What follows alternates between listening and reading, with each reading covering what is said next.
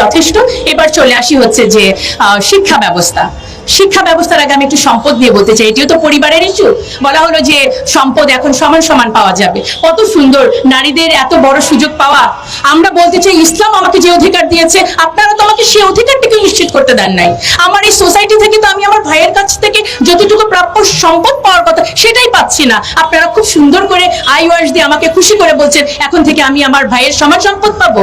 এই জায়গাটায় অবশ্যই বাস্তবিকভাবে এটা কিন্তু আসা উচিত ছিল। যে বিষয়টি ক্লিয়ার করতে চাই, তারা তাদের প্রতিবেদনে সুস্পষ্ট করে লিখেছে ধর্ম নারীকে বৈষম্য করেছে। আমি জোর গলায় বলতে চাই ধর্ম নারীকে বৈষম্য করে নাই, ধর্মের প্রয়োগ নারীকে ভুলভাবে প্রয়োগ। আমার ধর্ম আমাকে বলল যে দেনমোহরের মাধ্যমে বিয়েটা হবে, আর আমার সমাজ আমাকে যৌতুকের মধ্যে ঠেলে দিল, এবং যৌতুক না দিলে শুধু বিবাহ বন্ধ না, গায়ের মধ্যে কেরোসিন ঢেলে আমাকে পুড়িয়ে দেওয়া হলো। তারপর এই মৃত্যুর জন্য আমার ধর্ম দায়ী নাকি আমার